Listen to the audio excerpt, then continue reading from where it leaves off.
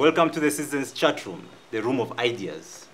On 1st April 2021, the government, through the Minister, Maitia Kasaija, proposed taxes that will be made laws in the subsequent month. And in here, key highlights of these laws will be that you, the owners of cars, will be taxed, yeah? And you'll be able to be expected to pay at the end of the year, 31st January every year. When you fail to do this, there are penalties to that. There are also laws that will be on on data. We have laws that will be on for rental and the tax on rent for you, the landlords and the tenants. So our discussion today is based on this, and we are discussing the impact of these laws on the citizens of Uganda. Our discussion is live on our YouTube today. It is live on our Facebook. And those following on Twitter, the discussion is on the hashtag #ChatShowUG. Kindly follow the discussion, post your comments there, make your voice heard. Joined on the panel today, my name is Masesa Demiano, your host today, and I'm joined by Jane Nalunga from far right. She's the Executive Director of SEATINI.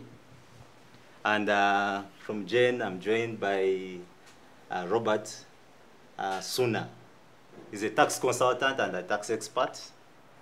And Sarah Bireete, the Executive Director of the Center for Constitutional Governance.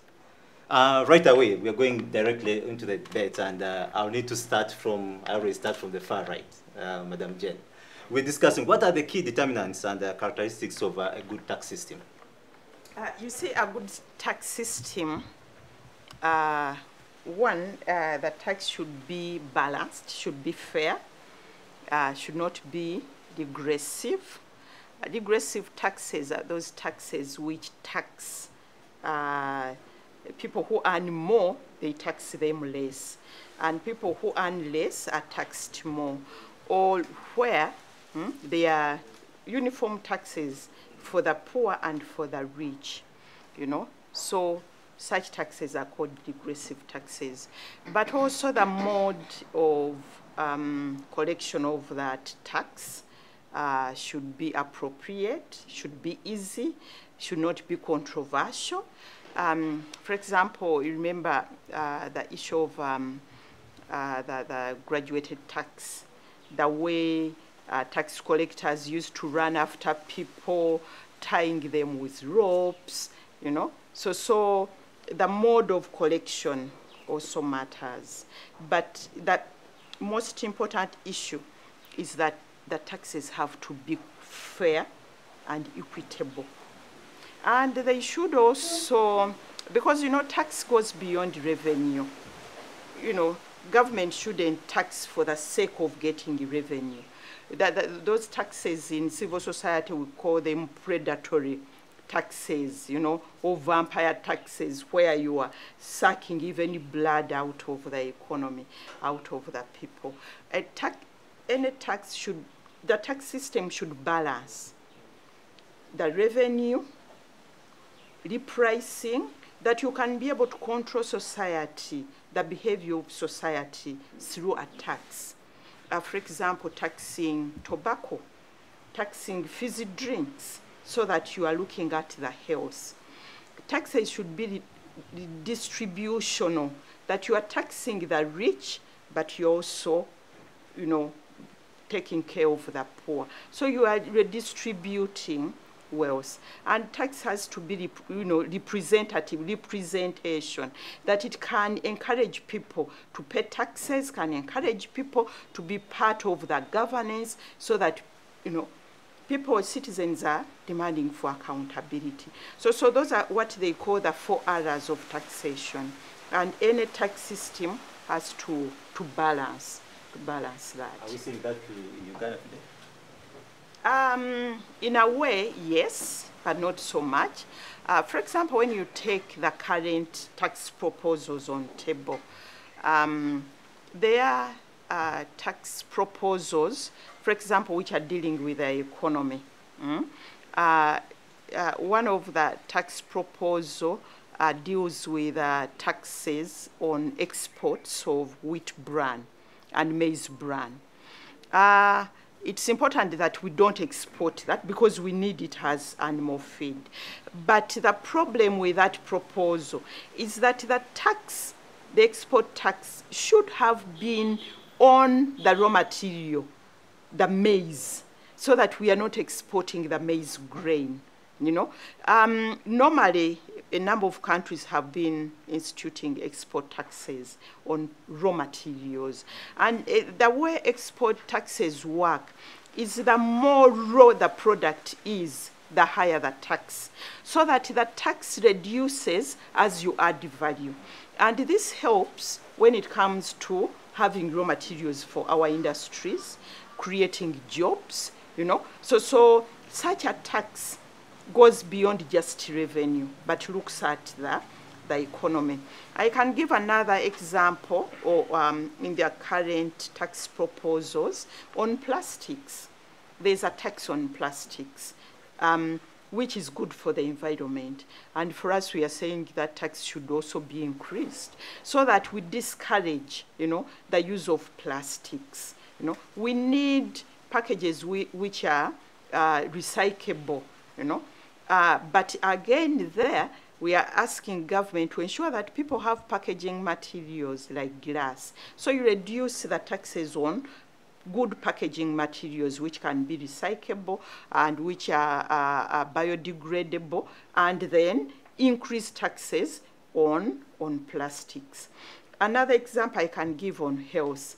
On the fizzy drinks, we are also saying government should increase taxes on, I won't say the names, on those fizzy drinks, Beer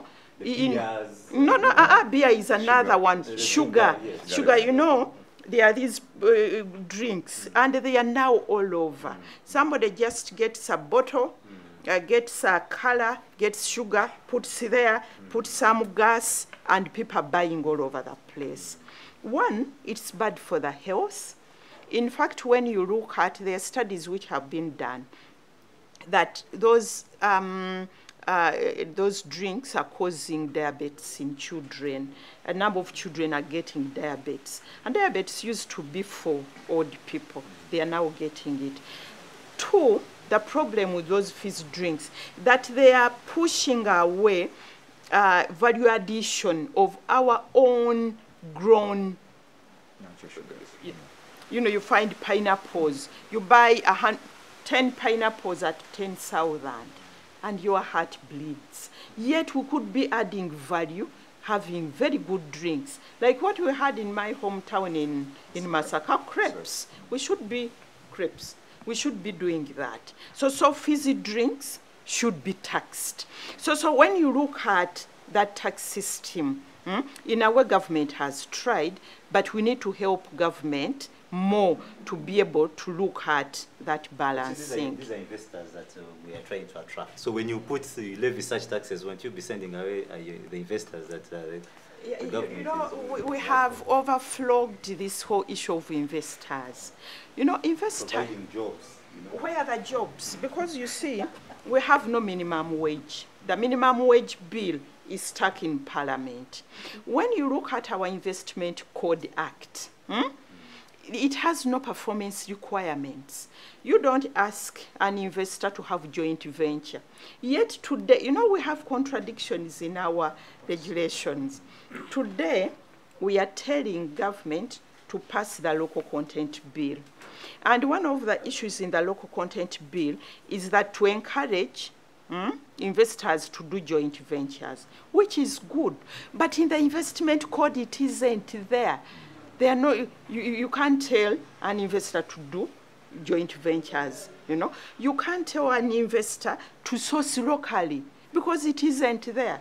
That's why we get Chinese here. We get loans from them. They come, they do the roads, the bridges and the dams. They bring their own people. They bring the cement. They bring the iron bars. They bring everything, So taken over sand mining. Exactly. So what are we getting from FDI? FDI is supposed to be a win-win-win situation. the investor wins because it's a business. Government wins, the people win, the communities win, the environment wins. Any law, you know, regarding investors has to balance that. But our governments have failed. We are looking at one side, investors, and on top of that, whatever they do, we give them tax exemptions. They're also here in the current proposals there. In fact, we are adding on tax exemptions. So I don't think we should be worried about investors. Thank you, Jane. Let me get to Robert. What do you think from your tax engagements? What do you think are the good tax systems that you think we could work with? I think Jane has done good justice to that discussion, especially when she highlights the 4 canons of taxation, redistribution, repricing, and the rest. But also, there is a component of accountability. You see, it is one thing to levy a tax and collect it nicely, but how do you spend it? That's another issue. Which sectors are you spending on the taxes? Some good tax systems would advocate for what we call pro-poor spending. Sectors like education, health, and the rest. But when you look at Uganda's tax system, what allocations are going to those sectors? You ask your question in that. And you're talking about the National Development Plan, which is emphasizing human capital development. What allocations are going to those sectors? So you're collecting the taxes, heavy as they may be, or low as they may be, you're collecting them nicely, but where are you allocating them? And after allocating them, do you go back to the nationals and tell them, this is how much you allocated and these have been the gains? Do you have that accountability mechanism? So for me, a good tax system is incomplete until we even see the chain of accountability on how that tax was allocated. And if it was allocated, was it actually spent? Did you spend the actual amount that you allocated to that tax? So that's why we've seen in Africa, for instance, majority of the people who debate about tax systems are more concerned about the cycle during the budget process. And they pay less attention to the outcome, the end product. And then the cycle resumes again, the bills come again, and we debate them. Is it a fair one? Is it a rate? Okay. But after collecting the tax, where did you put it? Some tax systems prefer to invest taxes in what we call productive sectors, sectors that generate employment.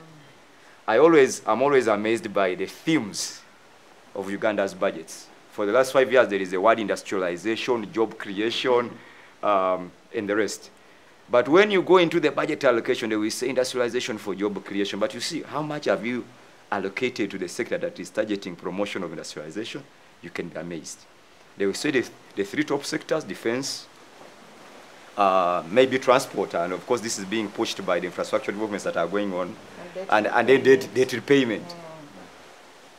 So that aspect of allocation and holding the government accountable at the end of the day and tell them, well, this is what you gave the education sector, but the sector is not performing as expected because you gave it low. I know when we think of the main cake and how big it is, every sector would wish to put its own.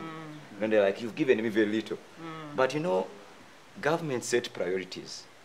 And for me, I'm always worried when I see misalignment of the National Development Plan vis-a-vis the budgeting.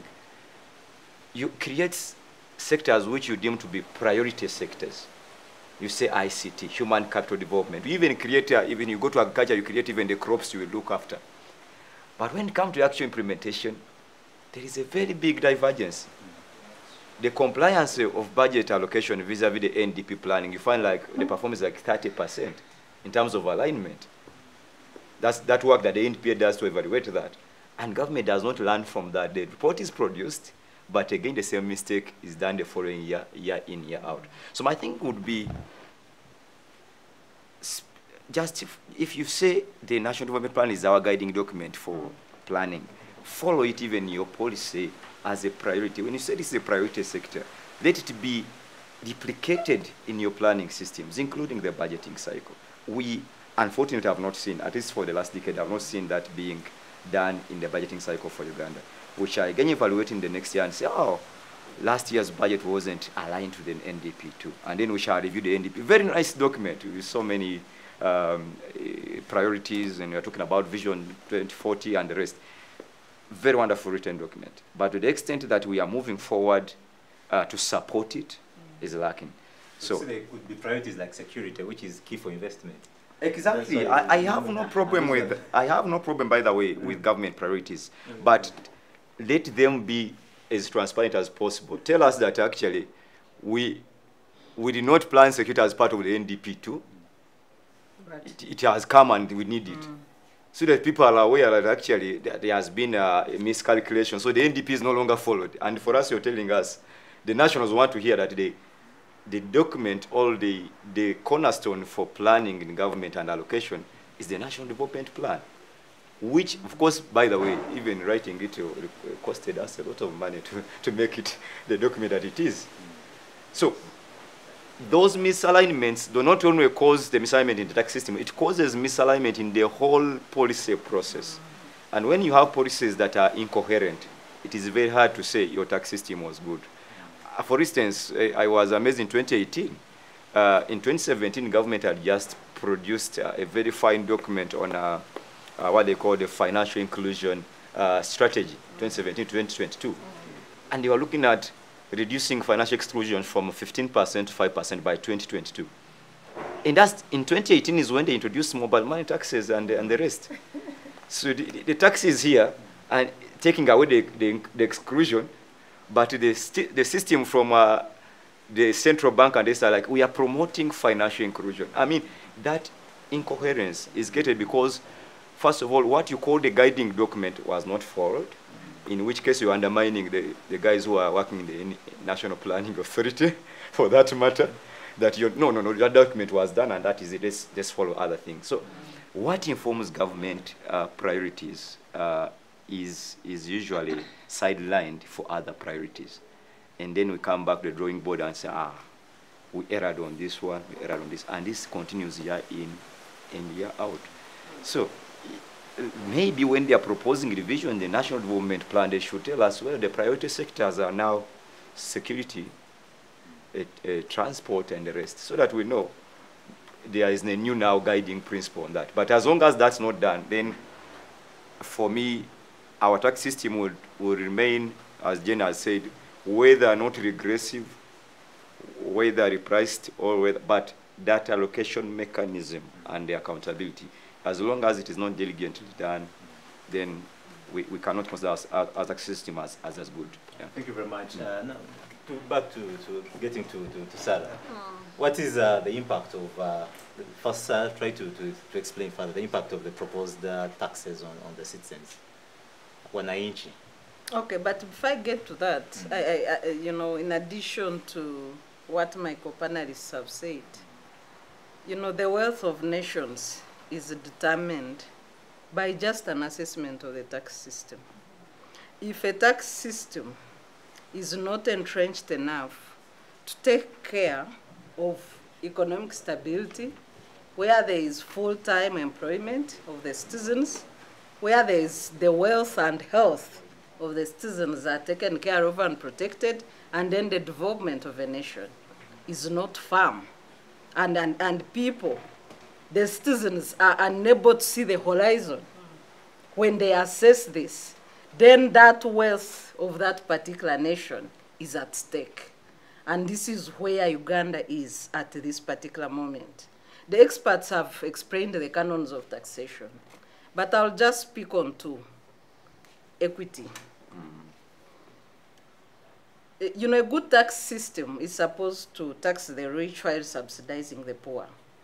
But when you look at the big chunk of our indirect taxes, taxes on salt, taxes on paraffin, taxes on sugar, taxes on soap, you know, taxes on the basic needs, the basics.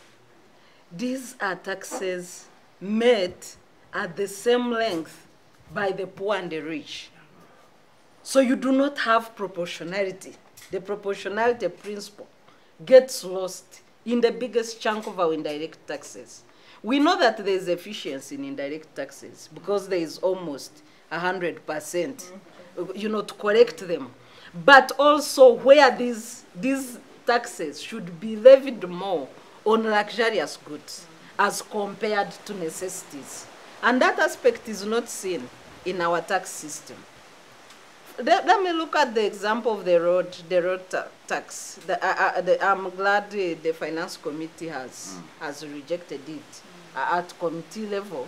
We hope that the plenary will not reintroduce it because it's very absurd.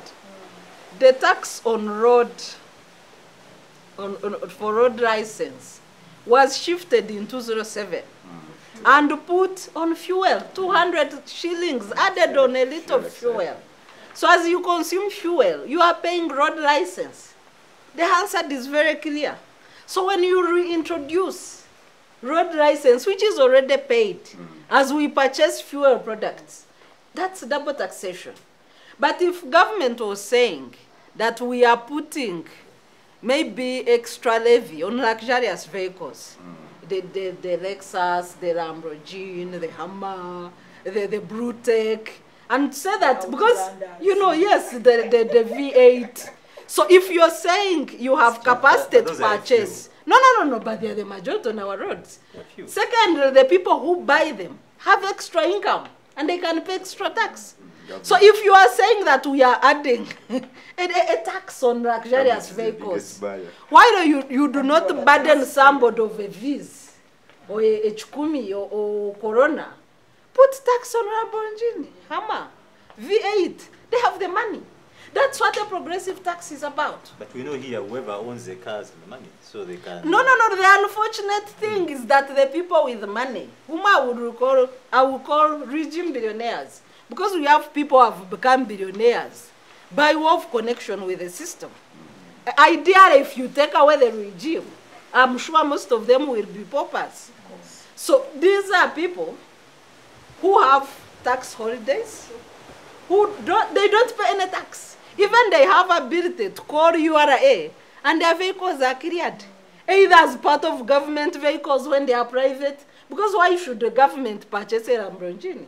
For example, for what purpose? But government State House is procuring vehicles, and when you check details, you find Hummer, Lamborghini, you know, our corruption. And they enter tax-free. You see most of them with ambiguous number plates. They don't even pay for number plates. And these are the people with the biggest chunk of money. So this is the unfortunate bit in our tax system. But going back to your question of reintroduction of new taxes, we have a shrinking economy because of COVID pandemic. And the government of Uganda has confirmed that the collections for 2020 declined because of COVID impact. So once you have a reduction on collections in terms of taxes, it means that the citizens have no money in their pockets. And another principle of taxation is that people should not work to pay tax. You should consider profits in the hands of a taxpayer. A person is not working for a taxman. So you have people failing to raise the estimated revenue collections in the previous financial year, and we all know the global recession because of COVID pandemic. And you have government clearly, you know, understanding the context and even laying it down in their introduction. So when you have a shrinking economy, is this the timing for introducing new taxes? Instead, government should be looking at ways of growing domestic revenue to grow the household incomes, expand the tax base, and get more taxes in the next year. So this year should have been a focus on revamping the economy, on ensuring that the businesses have cash flows, on ensuring that every Ugandan has gone back to work, on ensuring that you open the economies by removing bogus COVID soaps like curfew, which takes away productive hours of the citizens. This is what a normal government, a progressive government should be focusing on. The report says that, of course, our economy was functioning well throughout the COVID time. We were one of the countries No. The statistics are very clear. You know, figures don't lie. It's like a picture. A picture says 1,000 words. URA has met shortfalls. There is no propaganda you can do about that. If economy is working well, where is the evidence? It does not exist. The reverse is true. Yeah, but you can also grow at a declining rate. That's economics, yeah. Jane, speaking of policies, tax policies, how much can government do to promote pro-people taxes that can maintain economic stability? How can Government promote pro-people taxes? For me, I think this is what we have been talking about, what Sarah and Robert are talking about, that taxes have to be pro-people, pro-development. But before I come to that, I want just to go back to the issues which Sarah and Robert have raised. The issue of the revenue cycle. The revenue cycle has mobilization, allocation and utilization, and then you come back to mobilization. The way you allocate and utilize will determine how you are going to mobilize. So when you look at the way our resources have been allocated, like Robert has said, the biggest chunk, it has now gone up, the first one, debt repayment and servicing. The second one is security. In fact, agro processing is below 1.4 billion. The other one is debt financing is 8.5. 7.7 is security. And what we are saying really, we are not at war. We are not fighting anybody. You know, I don't think there is a front that, you know, now Kagame is, the tanks are there, we need to buy more tanks and guns. We are not. It's through the guns, through the barrel of a gun. You know, insecurity comes when people are poor, when people are hungry. You know, a hungry man, not a hungry woman. A hungry man is a very angry person. You know? So, people, there is insecurity, you know. In fact, even when they talk about curfew, they are saying, you know, there is insecurity. But because they are young men, you say young man, you know, loitering, that's the source of insecurity. And you are not going to work on insecurity without addressing the issue of employment. But then you see, you're talking about young people who are insecure, but you also want to tax the investors who are bringing in companies, businesses that want to employ these young people. We are not saying that it's only FDI. It isn't the people coming from outside who are going to help us grow this economy. And there is nowhere that foreigners came in and grew your economy. Nowhere. Nowhere. You know, we have been brainwashed, even all of us, that FDI is the answer. Especially FDI where the skin is whiter, you know, then, you know, you lay the red carpet. It doesn't happen. We need to grow our own economy, you know, strengthen the backward and forward linkages. Ensure there is agriculture, people producing. You know, look at the model of the crepes model. You hadn't yet been born, maybe. Crepes. I tested it in Masaka. You tested it, crepes. In Masaka. There was a very big factory there producing crepes. You know, that was a soda. It was a pineapple soda called crepes. Very good. Yes. You know, but it was made out of pineapples. So people were able, even those who were growing the pineapples, to drink crepes. But today, people can't afford even to buy these fizzy drinks. They drink them at a party, you know? Yet they are growing their pineapples and pawpaws.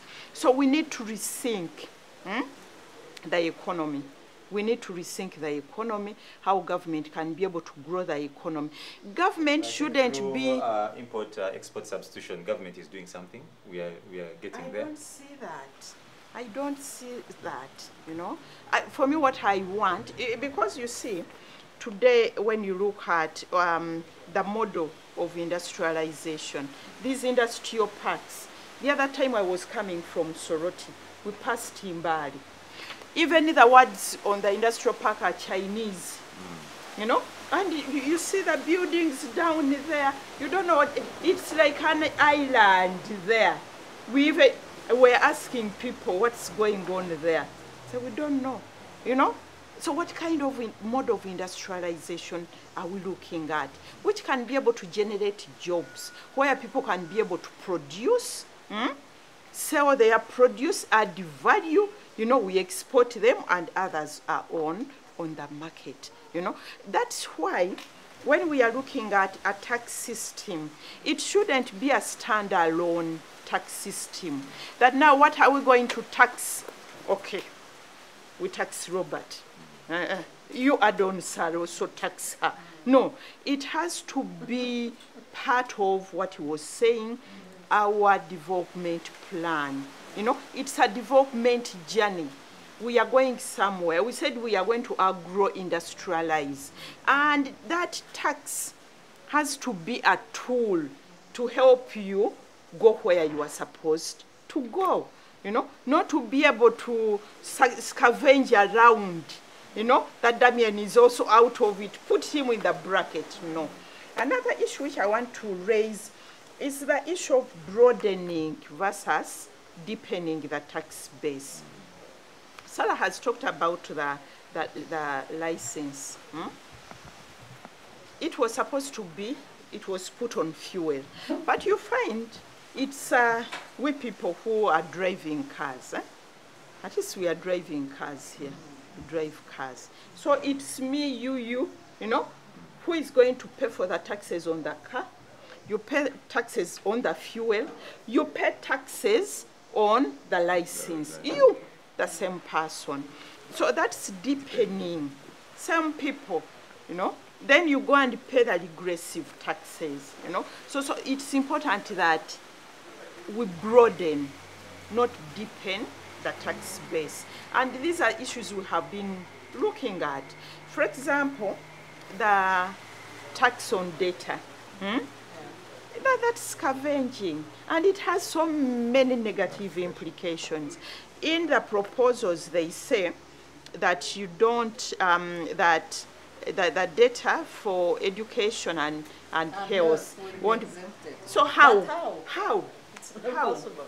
You know, how are you going to do that? You know, and today data is not for Lugambo. No, people are doing serious things there on those platforms, selling products. You know, it's a platform for making money. You know, so we shouldn't. And Jen, for your information, I love the way the drafting of my legal mind here will advise the drafting of that bill. They are saying educational services and health services, which will be determined. So who determines them? That's health and education. Yes, the exempted that are going to that category, which will be determined. It means they are giving again the powers, the discretionary powers to the minister to determine what to include. But how do you determine? Because and that's what we've been avoiding. Yes, because you look at internet in universities. We know that when you sit at Makerere, you can access MacAir. But most of the time, I mean, our offices was based in Makerere for 5 years. Most of the time, it does not work. It's accessible, it does not work. But it helps some students, really, who cannot afford to buy data. But MacAir, no. I don't know that it is free government because Makerere paid to lay cables throughout to the university. So the schools, they said they will exempt the schools, maybe for data in the library. But schools, the secondary schools, other than international schools, they don't allow smartphones. I know they allow laptops for A-level, like in these also high-level schools. It's not every other school. These are like the top schools. They allow laptops for A-level. But let me say the students can have access data in the library. But the server of internet, the provider of internet in that school, if, for example, the school is using Smile as a data company, how are you going to exempt? To say that Ksubi, you know, SMAC, St. Mary's Ksubi is buying data from Smile because they don't buy data from government. UTL is almost closing. So how do you exempt? And you cannot... Ssuuna is buying data from Smile. How do you exempt it? Secondly, we have online learning. People are on Zoom. I mean, kids are on smartphones, on Zoom doing classes. The parents are buying data. I'm buying data from MTN, Airtel. How do you exempt it? That it's for Zoom classes? You can't. It's not So practical. It's a lie. The definition of It's a lie. education service and health It services is a lie. very ambiguous. You cannot- But it is a lie. It's cannot not find it. possible. Yeah, but that said, Sarah and Jane, we also don't forget that government will be shooting its own foot. You know, Nita, I hope this is true, but I've read it. They were implementing a backbone infrastructure to have all ministries and agencies connected to the internet. Data, which the supply, and the also, provider. I don't know. And also promote what they call... they are promoting UTL what- used to supply government, but is UTL still alive? Exactly. And what? But assuming it is, Dead. assuming it is, you have, and that's the issue of policy coherence that I was talking about. You have NITAU promoting a backbone infrastructure to have all ministries connected. They are promoting also something they call e-governance, where they have local governments and it's connected. And then you are introducing such a tax. Okay, let's talk about the Uganda Revenue Authority itself. People are using, it's about 90% automated. Yes, digital. Digital. Yes. You're encouraging everyone to use e-services, and now you're introducing that tax. So where is the coherence here? This one is pursuing this agenda, and the other one is pursuing the other. So the policies are contradicting each other. So are we going to say you are going now to, for instance, exempt government? And we saw it. I saw it when they introduced around 2014. There was to say that all government purchases, all procurements should be VAT inclusive, and some government agencies became victims of their own policy. You know why? Because they had not paid the VAT on their purchases to be included. In their budget, when they were requesting, they are not included a VAT component. So we saw them go back to the Parliament to request for supplementary budgets To pay To VAT. to pay VAT. Now an individual like you won't have that capacity to do the same. So this is what we say, what guides your planning. And Nita, you saying we want all MDAs to be connected so that when I put Robert Ssuuna here, he can be ran across ministry, they should mention wherever and everything, the provider and etc. And now you're saying, 12% excise duty on data. Are you going to exempt all government services? If you exempt them, how will you cover that revenue? And you know, that's why we are proposing that when it comes to taxing the digital, the digital platforms, we shouldn't go for the end users, you and me. Yeah, you go for the companies. You go for the companies. Go for the companies. Go for those digital companies like Uber. Go for Amazon. Go for those. But maybe it will need building capacity. But we need to do that because that's very serious money there, Yet they are not being taxed, because they control their platforms from wherever. like Uber, wherever in Silicon Valley.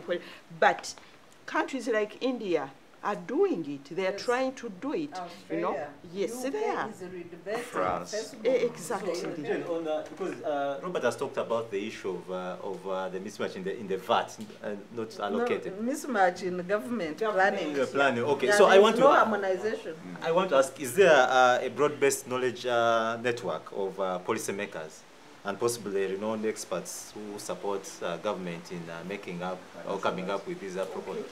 I could answer that because I was one of them some time back. There is this myth in the society that actually government lacks advisors. Okay, competent advisors, so to say. My experience is they are very good people in government who can do their, don't say that these policies are not analyzed. The guys analyze, they do even sensitivity analysis, they conduct scenario mappings to show government that this is not right, this is very wrong, this is the way to apply it. But globally and actually in developing countries, tax is political. It's not, it's less than technical. The decision maker is looking for his next election. Even these committees of parliament, they may be sitting on a finance committee. I don't say they are not elite, they know their staff. But if one voice says this thing must pass, I'm telling you by morning that committee will agree to that to pass. So that lack of independence between technocrats and the actual policy makers is the challenge. But I think in other countries, let me finish. Okay. In other countries, even lobbyists who are going to lobby government will conduct the analysis very properly and tell them we are a trade union and we have analyzed we need a minimum wage. ABCD should be followed. Then they come to lobby. But here, you find that even in the final budget, something may change in the bill that was drafted and presented to Parliament. I mean, we have seen it happen. Yeah, I have, Robert, a quick question. Yes. We engage with the National Planning Authority in the development of NDP 1, 2, and 3, especially the governance aspects. But the cry of National Planning Authority is that even when they make beautiful proposals in the NDP 1, 2, and now 3, the budget experts and finance experts do not pick the National Planning Authority plans to use them for annual planning. Because NDP 3 is 5-year, what you know, the ideal situation would have been is that the finance experts that you interact with are guided by that one. By that. But do they follow it? No. That's why you see when you read NDP policies and plans and framework, including themes, you will think you are in a different country altogether. Yeah, sure. There's a complete mismatch. Document for Uganda. I know, and people invest a lot of time, energy, and brains in developing these beautiful programs. And Sarah, someone challenged us one time that assuming that we do not tinker with the tax policy, like we close up and say, we are only going to change the tax laws even after 5 years. We align to the National Development Plan, and then we just do mainstreaming administration. Will the country survive? Do we have to always every year go in the income tax exercise? And you know, it was just a question, a food for thought. It isn't just tax. It's aligning the National Development Plan to everything. Yes. To the budget. Yeah, exactly, to the budget. And this goes back to the entire issue of governance. You know? Because I agree, Robert, when you say Uganda will have very good technocrats. Yeah, of course. We do issues of but we have been blamed for misguiding the government. No, they listen to you. No, we do, and I'm not talking about. I'm not talking about tax alone. But we do trade. Yes, we do trade, yes. and I have interacted with government negotiators. You know, government negotiators, perfect. You know, perfect. Even in Geneva, everybody will say, Uganda has good negotiators. But the entire issue of governance, where, you know, somebody will be, then the politics comes in, then orders from above, you know, and things change. For me, I remember one time we were negotiating, we're in Cancun, and everybody had agreed. We had agreed as Ugandans, East Africa, as Africa group. This is what we want. This is our position. We don't want that. Then we get a letter. Don't do that. Support the Americans. Don't do that. You know? It's also at the end of the day, the whole issue, we go back to what Sarah is good at, the whole issue of governance. So whether we are talking about the economy, we are talking about budget, we are talking about tax, trade, it's governance. And unless we put that right, we are just talking here, blah, blah. Right there, let me get Okay, to Sarah. no, I want to ask, from the political side, how do you ensure that the politics aligns with the such social contract? With common sense. Yeah. To ensure that we have aligned policies. Yeah, how do we align the politics to common sense? No, it's very complicated because I wanted to ask Jen as she was speaking. You see, you have these people are very qualified, highly qualified, masters, you know, special courses. They are chartered tax people, whatever. Then we go and they make the most, where the most decisions matter, Parliament, we say senior 6 or equivalent. You know, at times we ask. So you have the views of Robert here, a tax expert. I don't know what he has studied, how many special courses. Then he's trying to reason things for a senior 6 or equivalent. Because even senior 6 is not guaranteed for equivalents to approve and implement. So that is the first challenge that we have. And many people have been arguing that maybe we need to create a higher decision-making body like Senate, where we have these experts and they sit and vet the decisions of the equivalents. And that's we are adding on the burden on the administration. No, but you can reduce the parliament. You can reduce. No. Let me answer the politics. You asked me about the politics. Yes. Let me answer the politics. So when you can reduce the size of parliament in 2 halves. First of all, we don't need that Nambori Stadium parliament. Now they are 538. They don't even have where to sit. I know we have all lost count. They don't even have where to sit. The chambers can only accommodate half of them. They don't even have office space. And now a taxpayer is incurring costs in renting space for MPs. Then you come to cabinet. And the cabinet, majority of cabinet is drawn from the equivalents. So you have these equivalents amplified to the level of cabinet. Yes. So I know at one time Honorable Mshega did say that with this parliament of potato growers, you can't get anywhere. I'm sorry, reality is not an attack on parliament, but we need to revise. We need, the population has improved, the education systems, the education levels of citizens have improved. We need to go away from equivalents.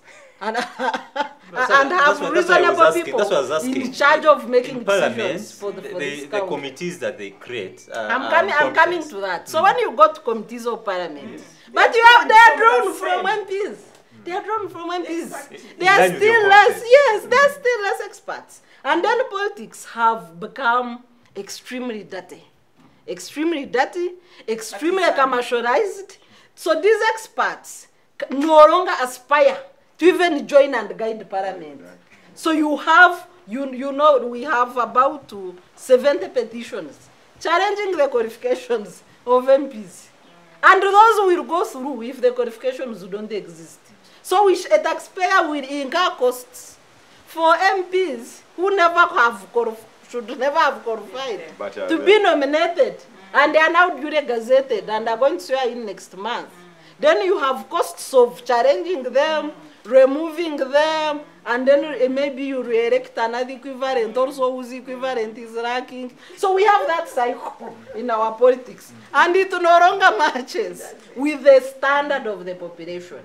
We need to revise it. Either create a lower chamber and Senate and reduce the sizes, or increase on the qualifications for one to be an MP.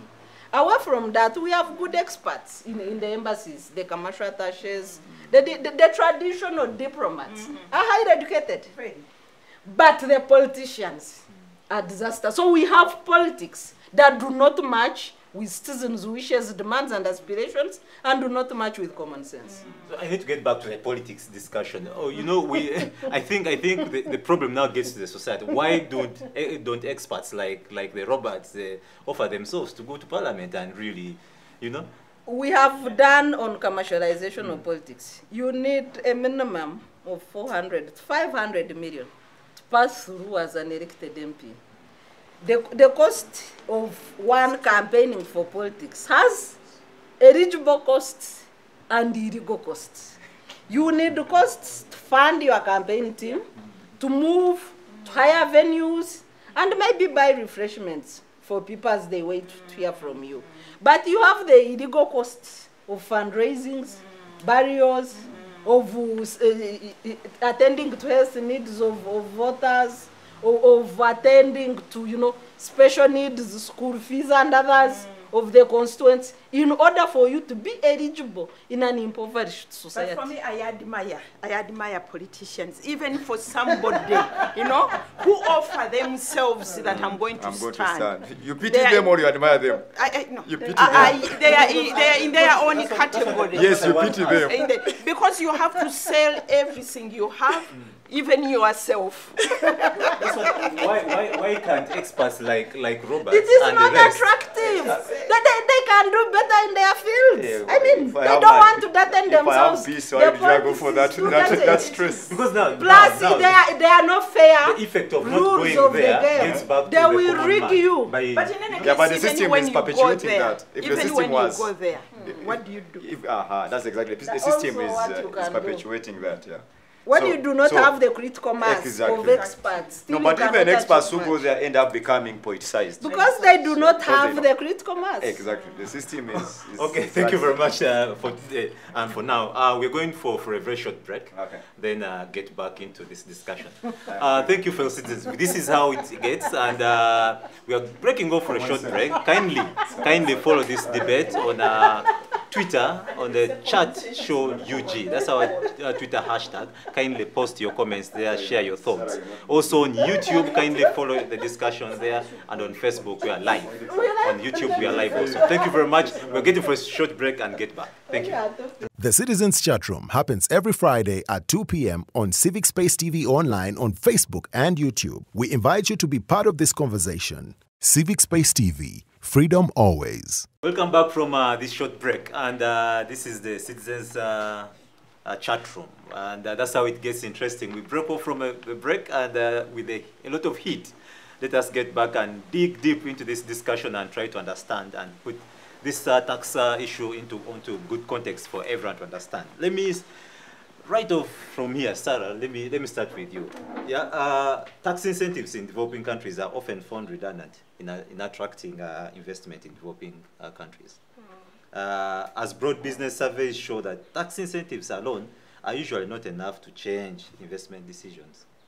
Yeah?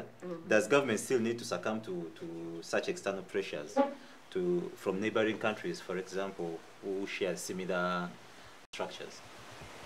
You see, Damien, a country is as good as its citizens. There is no serious country that can plan and invest in visitors. Or it's like when you are building a house. Normally in our houses, the main bedroom is normally the best in terms of space and everything.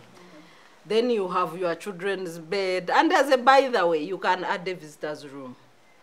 That's how tax investments for foreign investors should be looked at in a serious country. You do not prioritize visitors and guests and passers-by ahead of your citizens. The core of any country is the economic basis and capacities of their citizens. Look at the US. The US, all the biggest tax incentives are for the people. And in meaningful sectors like agriculture, I think the US has the best tax incentives in agriculture. But you look at, and for the citizens, not for the investors. Even where manufacturing has become expensive, the US factories produce in China and other countries because it is cheaper to produce there than to produce in their countries. But when you come to our country, where we still have 80% locked up in agricultural sector, but when you go to the budget allocations, we have always fallen short of the Lagos blueprint, which says a minimum of 10% in agriculture, in health, and others, and the Abuja blueprint. So we can't even give 10% of our budget to agriculture that employs 80% of the population. Are we serious, therefore? And why should I discuss foreign direct investment, planning for visitors, the guest room? When you are constructing, do you start with a guest room? Or you start with the main house? Some people, even the guest room is outside. Because it is a by the way, are you going to stay with the visitors every day? We should invest in our population. And that is the only way we shall be an economically sustainable country with a sound domestic base, sound domestic revenue base that has welfare for citizens and a surplus for taxes for service delivery. That is a sound economy for a stable country. Thank you very much. Straight to Robert. What do you think are the best? Okay, do you think we could go ahead to offer these incentives? And what should be the standard for which to look out for? Yeah, there has been, globally there has been an argument on whether all tax incentives are bad. And whether, they, maybe to put it right, whether there are any good tax incentives. A debate that has raged on for centuries and ongoing. Now, I must say that there may not be blueprint for what is a good tax incentive. But our concerns as experts, and actually what I've gathered when I consult with civil society and even development partners like the World Bank and IMF and the rest, the concerns surrounding tax incentives have been in about threefold. One, the transparency aspect of tax incentives. How would you determine which sectors to award these incentives? Who are the beneficiaries? Okay. And what are the what are the expected expectations, the expected results of those? Yeah. Are the citizens aware of those expected results? Who monitors that those expected results have been achieved? That has been a concern. Second concern is the cost-benefit analysis. It is okay for you. In fact, I thank the civil society of Uganda because they have driven government to start putting the local content arrangement in the tax incentives. Now when they are revising bills, they tell you to benefit from a 10-year tax holiday, you should employ at least this number of Ugandans who should by 60%. Yeah, we should get this percentage of the wage bill. I mean, that local content aspect is good. You should use this number of this percentage of local materials in your production. I think that approach is not bad for me. It's a good approach. After civil society has pushed the government to do that, it's not a bad approach. But to the extent that even that one is followed up, I mean, we have had statistical abstracts producing the number of investors we have in Uganda, and you find the guys who declare themselves as investors in Namamve are selling clothing in Kikubo when you follow them up. And this is where I pity the people in the revenue administration because... There's a scandal for radios for COVID. Exactly, you saw the radios for COVID. This is where I come in and I pity the guys in the revenue administration because for them, everything comes, they punch revenue administration. But this work is the entire government. Investment licenses are not obtained from URA. Tax incentives are awarded by the Ministry of Finance. Regarding Registration Services Bureau does the registration of companies. It should work as a whole of government entity so that we don't look like what my sister Jenna had said earlier on. A tax incentive or any tax change should not be seen to only look at revenue.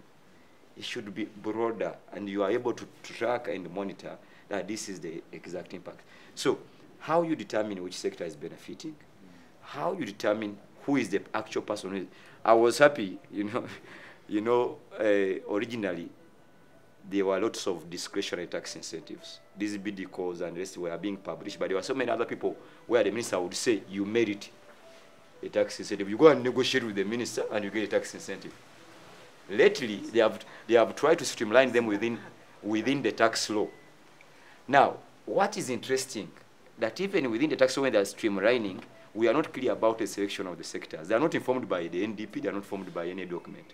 For instance, why would you include warehousing and logistics amongst the beneficiaries of a 10-year tax holiday? Production of paper and printing. Production of toothpaste. Who are the guys in those sectors? Why? What benefit? Okay. How important, how essential is that sector to a Ugandan citizen? So that criterion is still not clear to the Ugandans. Yet they are doing well to put it in the tax law so that we know it is there, but they are listing the particular sectors. How do you determine that sector is not yet open for us. The second component is tell us, well, after 5 years, BDCO, all steel rolling mills or whatever, we gave you this incentive, 10 years tax holiday. You promised you'll be employing 200,000 Ugandans. Who are they? How much are they earning? How much are they remitting in terms of pay as you earn? These are other multiplier effects of the investment. No one is following up that. Uganda Investment Authority does their allocation of the license. The URA collects what it can, because it can't collect now because it is exempt. And then maybe UBOS will calculate the number of investors in which area they do their service. That aggregation and cooperation between government agencies to see that actually the incentive has had the impact intended would be very useful. And that's when you would determine if the incentive was bad or good. But they would say there is growth in GDP. Exactly, but is it attributable To the to incentive. the tax incentive? That direct link, is it attributable? This is what we don't follow up. And the guy will continue enjoying the thing. And then the idea of mutation. You say 5 years tax holiday or 10 years. What the company does after those 10 years, it mutates.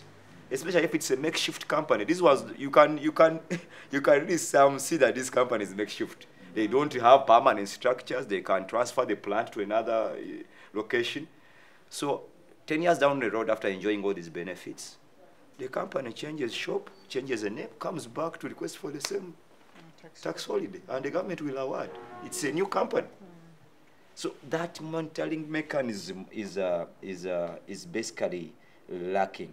And then even when we emphasize the local content, you're saying, in fact, that has been the argument we had in the last tax laws. This local content would be in one tax law, and it's not appearing in another. For instance, we put in the Income Tax Act and say we are giving you a 10 years tax holiday if you employ 60% Ugandans, use 70% raw material. It appears in the Income Tax. In the Stamp Duty Act, you don't find it. In the VAT Act, you don't find it. So the man just gets a blanket holiday across all what? Taxes, without adhering to the conditions that appear in income tax. So some of these nitty-gritties need to be addressed if you are to define whether a tax incentive is good or bad. Yeah. To Jen, what do you think should be the key about the key sectors you think we could look at as for incentives, and which period would you recommend? Again, we go back to the way we plan, because we have a plan, we have a master plan, we have the NDP 3 okay now. It should be the guiding document where we should be putting the investors, you know. But now you see, I was looking at the list in this. Then there are sanitary pads, there are diapers, you know. On tax holidays. Yes. Yeah, warehousing and Yes, they are there. I hope computers are still on. No.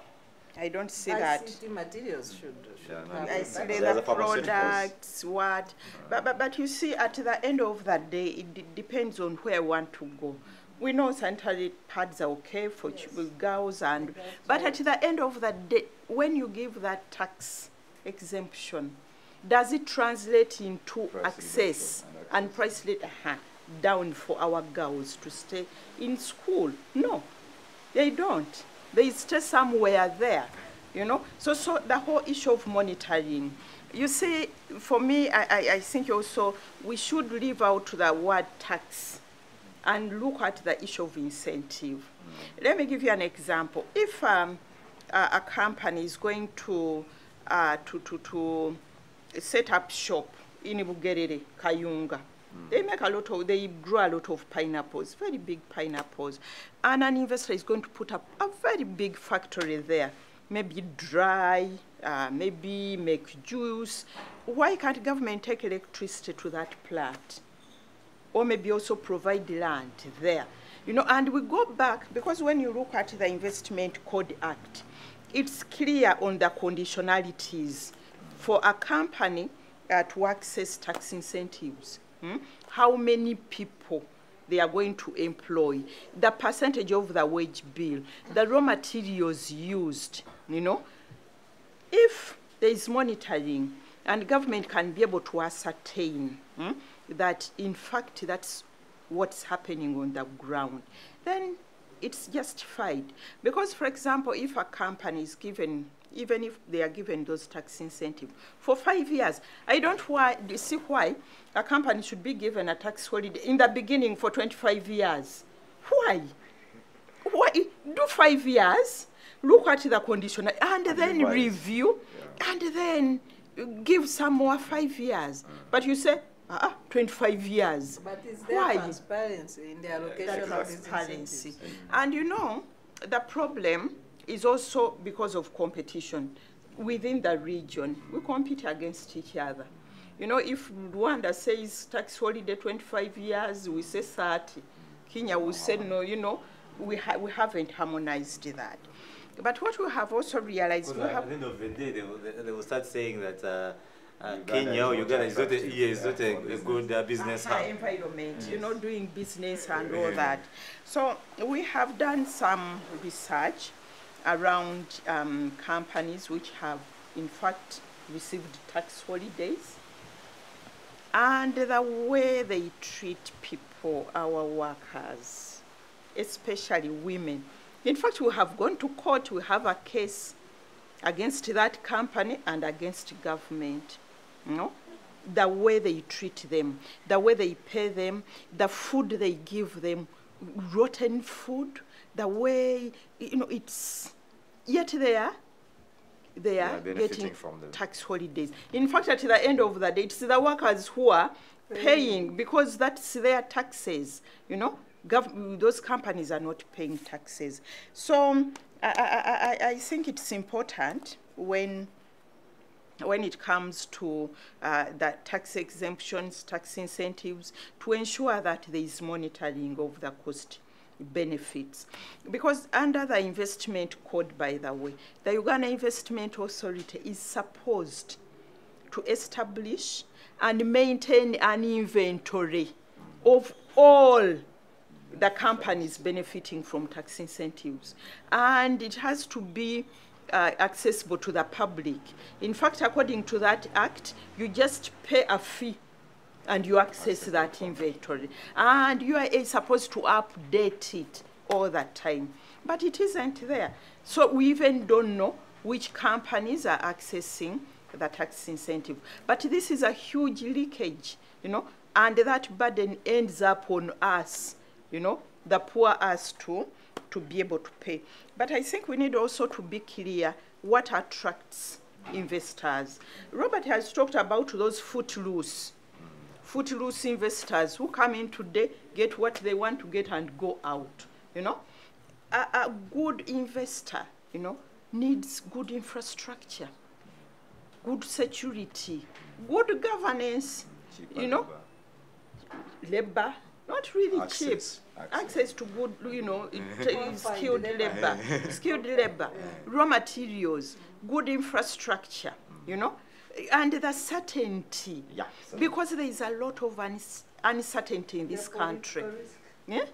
The political risk, you know. But of course, the security. We talk of security. You know, the 7.7 trillion. The 7.7 trillion won't work on the kind of security. You know, we are not talking about security through the barrel of the gun. No, that isn't security, and that isn't certainty.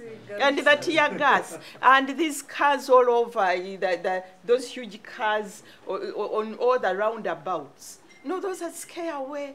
They scare away investors, you know. That's why you see investors pass through, going to Kenya when towards elections, they pack up and go. Those are footloose, you know. Which are those key security incentives that you think we could work with, that the government can really work with? We are talking about the whole issue of the certainty that a government, we can go into elections and a new government come into power and things continue, you know, without breaking up things, without tear gassing and all that, you know. That's key to an investor. Because an investor can't come here, bring their millions of dollars, and the following day there are bombs, you know, flying all over. They won't come, you know. So we need to work on that. But we shouldn't be getting money from our pockets to start paying for investors to come here. Yet they are not providing jobs, they are not doing our raw materials, they are not doing anything. You know, building on what Jen is saying, We know the crisis and why it has taken long for the oil. We know that on Sunday we signed the oil landmark agreements. But what has been the process of exploration of oil and gas before? We had the tax scandal by Heritage Oil. We had Taro closing shop in Uganda and investing in Kenya. We had, so many issues. Then the sale of Taro, Sinok. Every oil transaction in Uganda has been characterized by scandals of kickbacks involving the highest political class. So even as we talk of investment and as we go towards becoming a petroleum country, how prepared are we, given that we have experienced all these scandals, including the handshake, the handshake with the Robert's former colleagues, that we worked extra time, you must rub the inner part of our hands. And these are civil servants, So how sure are we that the Ugandan should celebrate what happened on Sunday, considering that we have violated the environmental standards, we have violated the AITI transparency standards so far, and there is uncertainty on what a citizen is likely to benefit. And then when you have massive corruption, political corruption, really the corruption in this country, I think, should be called its actual name. Because the fight against corruption was politicized. If you talk 1, 2, 3 things, then you can go to court. If you are okay with the regime, then you can go and be quiet and enjoy your money. And then, so we have this protectionism against the fight against corruption. And as we talk today, we do not have an IGG or a deputy IGG. They have both. One was appointed to the Supreme Court, another one has retired, and there is no office of IGG. So this is the context in which we are becoming a petroleum economy. Sarah, just right there, just a little to ask, what is the future of the agreement that was signed? Of course, the 3 main agreements that were signed, the procedures were not followed. Procedures of environmental assessment impact, procedures of AIT, of transparency, and removing those confidentiality clauses. Because this is a public resource. Oil belongs to the people. We know that there are people who say my oil, but oil belongs to Ugandans. It does not belong to a particular class. Also, there are a lot of issues that should be followed to ensure that the Ugandan is able to benefit in terms of local content and domestication of these high-level agreements that were signed. So once we miss it at the very beginning, and I've given the background of what we have gone through, the tax scandals, even the tax scandal with Taro oil sale of shares to Sinok, the heritage tax scandal, where the court in the UK was told clearly that they were told to address the immediate concerns of the big people. I really don't want to go into details, but it was embarrassing. So how do we avoid the oil curse? And then as a governance actor, of course I would not miss an opportunity of highlighting the effect of the oil gas and how it takes away democratic dividends. I know that really our democratization process is on a downward trend. So even where we are, if oil took away the little that we have, I think it would be unfortunate. Right there, Robert, before you add on what you answer, let me also, you answer this at the same time. How can government foster dialogue and actions to optimize design of our tax systems and also maximize the socio-economic outcomes of the tax policies? So while you react to the other... My major quick ones before I answer your question, to the special agenda that has highlighted the provisions in the Investment Code Act. Another issue that has been with incentives has been the definition of who a citizen is. Because the law is saying, the tax law is saying a citizen, and the revisions in the tax code define the citizen. We are amended to define a citizen to include nationals of member states. Which member states? Of East African Community. Okay. So there is a worry about some would-be Ugandan investors that the Shirud investors globally may walk through East Africa, utilize the infrastructure, and become nationals of East Africa to partake of the advantages of the tax incentive. And that's the concern, because we are theoretically working in the East African community. I think it's only operating on part of the customs. But when you see the trade wars and the rest, I think we are not yet really streamlined. So that concern also on the what we call a citizen in the law to benefit from, because the law is now defining a citizen to get different benefits from the foreigner, okay, in terms of capital requirements and the rest. So the argument on citizenship is still a challenge. Should we just say Ugandans and we don't say citizens? Because the investment code defines the citizen to include the East African community member nationals. Maybe can I add on? Let him complete then. Okay. And then another issue to emphasize on certainty is also the judicial system.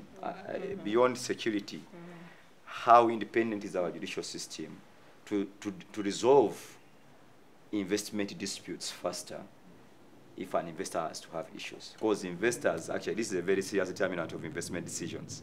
So you look at how long, for instance, is a tax case taking to be resolved? Is that country attractive to me to invest? Before you even think of the tax itself and the rates. How is the resolution mechanism? How can you, how do you make it faster? Is it so protracted? Because it comes with costs to easy investment. So those two issues are what I wanted to include on the submissions under the tax incentives. One, the definition of a citizen, because a rich Kenyan will come here and partake as a citizen in Uganda, because the definition includes him.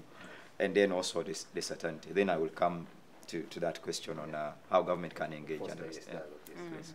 Madam, you want to So you can interject a little then. Okay, yeah. On the issue of citizen, you know, that's the challenge also with the local content bill. The president rejected it on two grounds. One, the foreign investors, that they will be scared. Then two, it was the whole issue of saying that in the local content bill, they are talking about Uganda, Ugandans, Ugandan company. Yet under the ES Treaty and the Common Market Protocol, a citizen is a member of the East African community.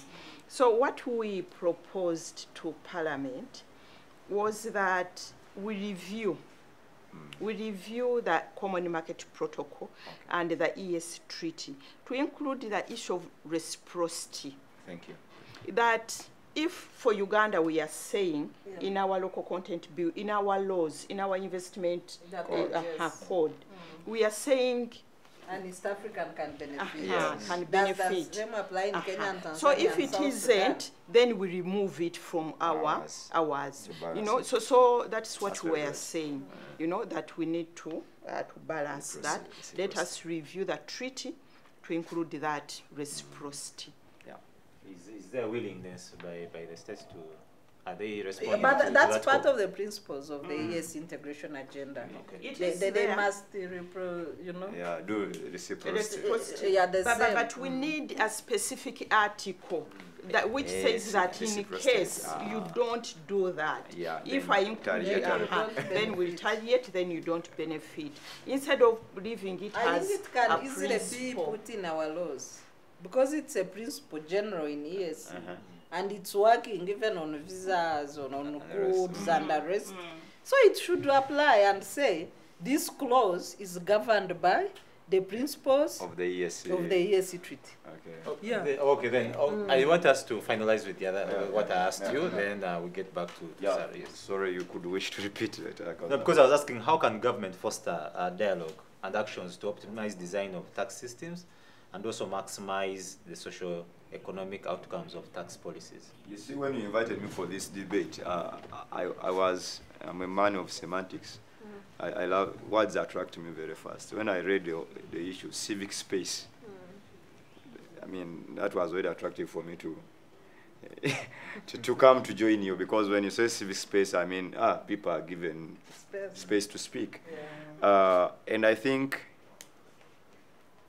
my sisters who are longer in the civil society will comment on that. But I think as long as you allow civic space to prevail as open as possible, okay? And then beyond the actual engagement, you know, traditionally they used to call civil society noisemakers. And I've always told Jane here that I wish to see the civil society which is basing its advocacy strategies on research and facts. Yes. That's the civil society I wish to see. Because traditionally people used to see people who are going to carry placards and, you know, demonstrate whether legal or illegally. Some are called rallies and others are called riots. That's another story.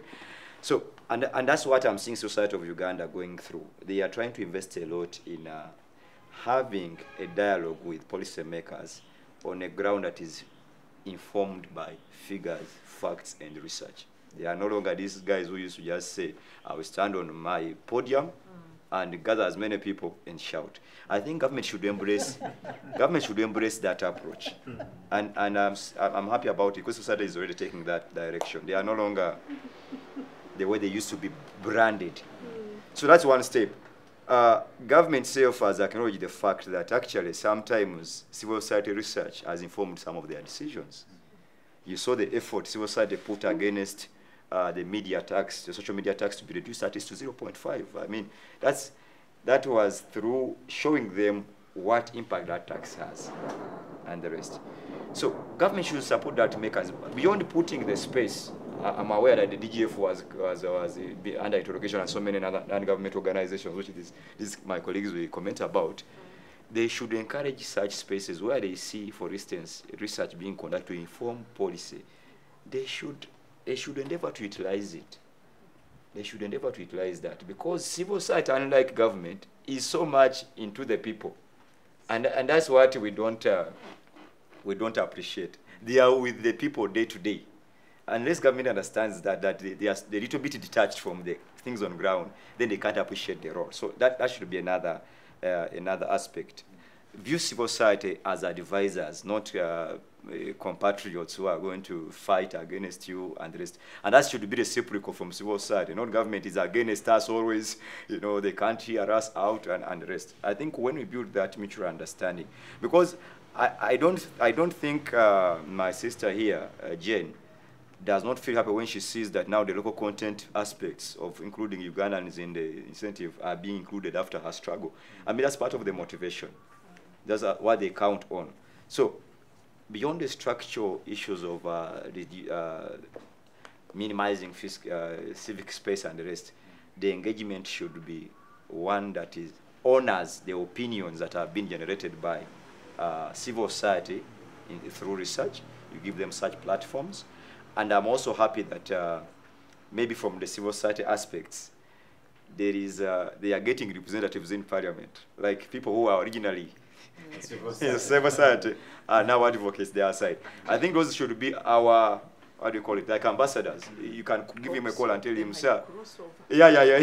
They crossed over. I know they can be politicized, but they can be our starting points. Hope they have the qualifications. Yeah. They can be our starting points to say, if we have such ambassadors, it is always easier to bring them on board and say, you know, civil society is not noise-making ground. It is here to advise and see the tax systems improve. Then lastly, the idea of humanizing the taxation story. And when I use humanizing, I'm speaking in the sense of sociology or social sciences. That tax in its complexity seems to be understood that as a boardroom affair. Like me and you who are elites are the ones who understand tax. We should speak to the minds. That's why I loved the topic of this. How does it affect citizens? Yeah. When you tell a Ugandan, for instance, that so and so dodged $1 billion shilling in taxes, and then my sister Sarah comes and tells her, you know, that would have constructed 2 rural schools. You're speaking to the mind. That's humanizing the story. Because as an economist or a trained statistician or a trained tax expert, the component there is complex. I say 1 billion means this percentage of GDP. So what does a layman understand by GDP? When you tell a Ugandan that the tax to fiscal versus physical policy. When you tell a Ugandan that tax to GDP ratio is 13%, do you want to tell him that actually for whichever 100% you collect, only 13, whichever 100% in the economy, only 13 is going to tax. It means the rest is not being taxed. those little things that can humanize, like relate the very complex boardroom stories to the community will help bridge the gap between civil society and government. Okay, thank you. Then, Jane, as SEATINI, you're working so much around trade, fiscal policy, and all taxation. How much have you gone into having these discussions with government And the people. and the people? Yes. Okay. I like what you have said about humanizing the tax debate. I remember when we started doing tax work some 10 years ago, there were not so many organizations doing tax. And I remember in the first meeting we had, people were asking, now have you become tax collectors? You know? The citizens. Yeah, the citizens saying, are you tax collectors? Yeah, are you are a, you know? And I remember we used to go for meetings, you know, asking people. The first question we were asking was, who is a taxpayer here? And I remember we were in Uganda. We still had graduated tax, so it No, it was before, after. So we are asking, you know, who are the taxpayers here? We got 2 hands. Said, okay, that's good. What taxes do you pay? Said, you know, I work in the local government and I pay as you earn, and, you know, said, okay. The other one said, I work in the ministry, I pay. The rest were not And we're asking the rest, don't you pay? They said, no. The president said, no taxes. Yes, I know. You know? Because graduated tax was abolished to Exactly. them. So I remember we came up with pamphlets, a day in the life of a taxpayer, you know. And we look at a person like Robert. You wake up in the morning, you brush your teeth, you are using toothpaste. If it's this, you paid so much. You say hi to your sweetheart who is somewhere else on the phone, you pay so much per unit, you know, taxes so much. You go, you are taking sugar, on a kilo of sugar, you are paying a tax of so much, you know. So we simplified that. And we went out there to tell people, you know what, all of us are taxpayers. And you can be able to compute your tax every day, you know. So for me, when I look at how far we have come, and now, you know, what I like about the debate today, people are saying our money. For me, that makes me happy. Our money. The other time you say, it's their money. People have made the money. Those who have stolen have made the money. You know that link from the money is government money and the citizens. So today I have seen a lot of debate. People saying we are not paying taxes, we are tired of taxes. We are, you know, for me it's really, really good. And it also goes to accountability. You know, people will start asking for accountability. Where is your money? And for me, I hope we can be able to sustain that debate, you know, at local government level. How much money has come in? How has it been used? Should we be getting this amount of money? You know, so for me, I think we are on the right track. We need to do some more work.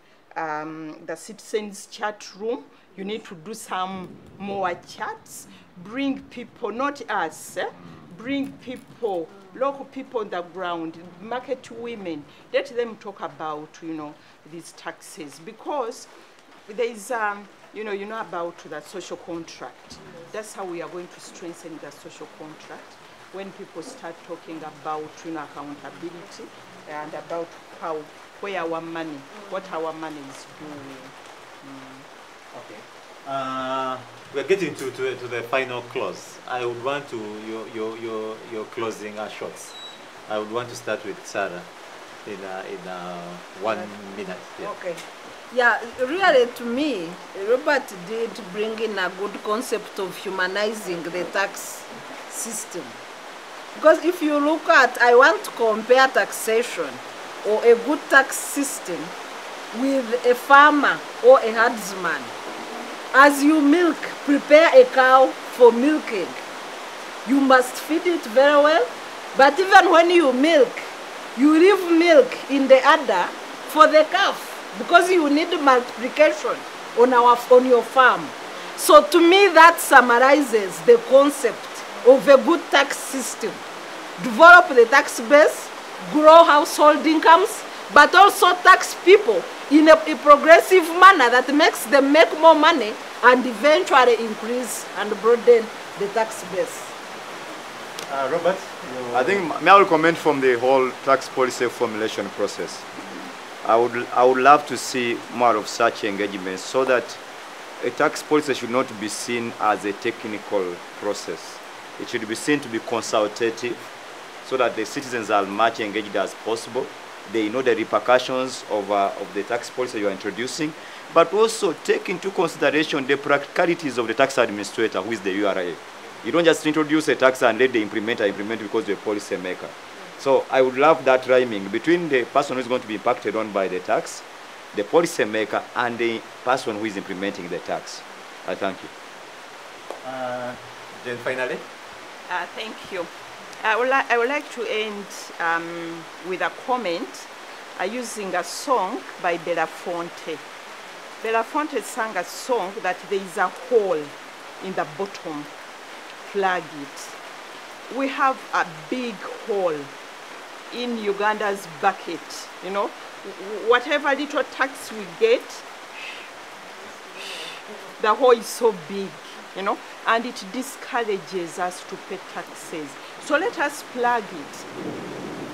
Thank you very much, Jen, and thank you very much, my panelists for the day, for joining us into this topical discussion. Taxes are still on. The discussion is still ongoing from our social media pages.